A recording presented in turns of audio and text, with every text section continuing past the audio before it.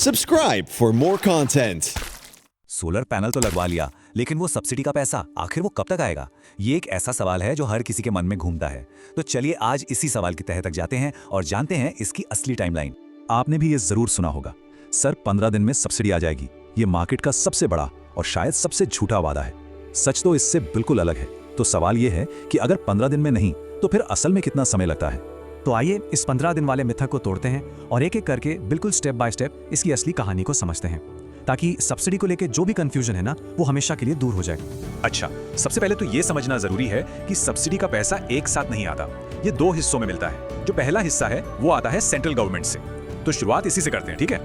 अब देखिए, सब्सिडी मिलने की गिनती यानी कि जो टाइमर है वो सिस्टम लगते ही शुरू नहीं हो जाता। नहीं, उसके लिए पहले ये 4 जरूरी स्टेप्स पूरे होने चाहिए। सिस्टम इंस्टॉल हो गया, नेट मीटर लग गया और सबसे जरूरी फाइनल इंस्पेक्शन भी हो गया।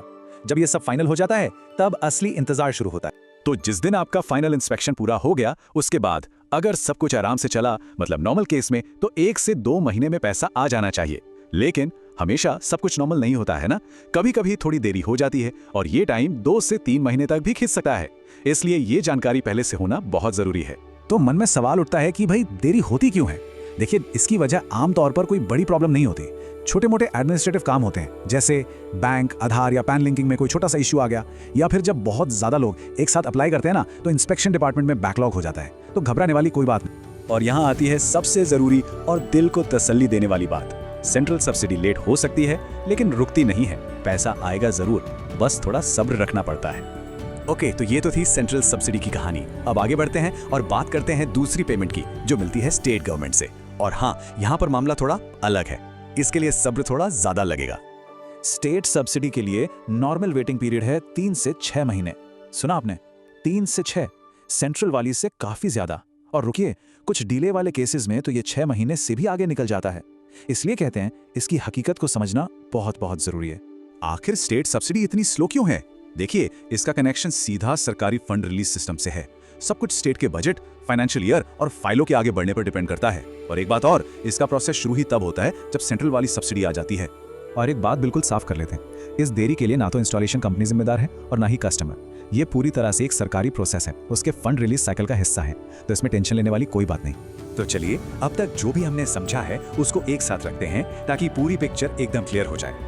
ये टेबल सब कुछ आसान कर देगी। एक तरफ है central government subsidy, normal time 1 से 2 महीने, अगर थोड़ी देरी हुई तो 2 से 3 महीने। दूसरी तरफ है state government subsidy, normal time 3 से 6 महीने और देरी होने पर 6 महीने से भी ज्यादा। इन नंबर्स को बस ध्यान में रखिए, सारी टेंशन खत्म। हाँ, मैं समझ सकता हूँ, इतना लंबा इंतजार सुनकर थोड़ी बेचैनी हो सकती है। लेकिन रुकिए, क्या ये इंतजार का वक्त सिर्फ बेकार जा रहा है? बिल्कुल भी नहीं। अब आते हैं इस कहानी के सबसे पॉजिटिव हिस्से पर। तो सवाल यह है कि जब तक सब्सिडी नहीं आती, क्या तब तक कोई फायदा नहीं हो रहा? क्या ये सिर्फ एक लॉस वाला टाइम है? इसका जवाब है एक बड़ा सा नहीं, क्योंकि जिस मोमेंट आपका सिस्टम ऑन हुआ ना, उसी सेकंड से उसने पावर जनरेट करना शुरू कर दिया है।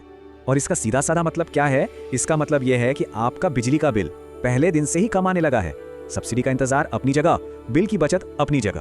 तो असल में ये वेटिंग पीरियड नहीं है, ये सेविंग्स पीरियड है। आपकी बचत तो डे 1 से शुरू हो चुकी है।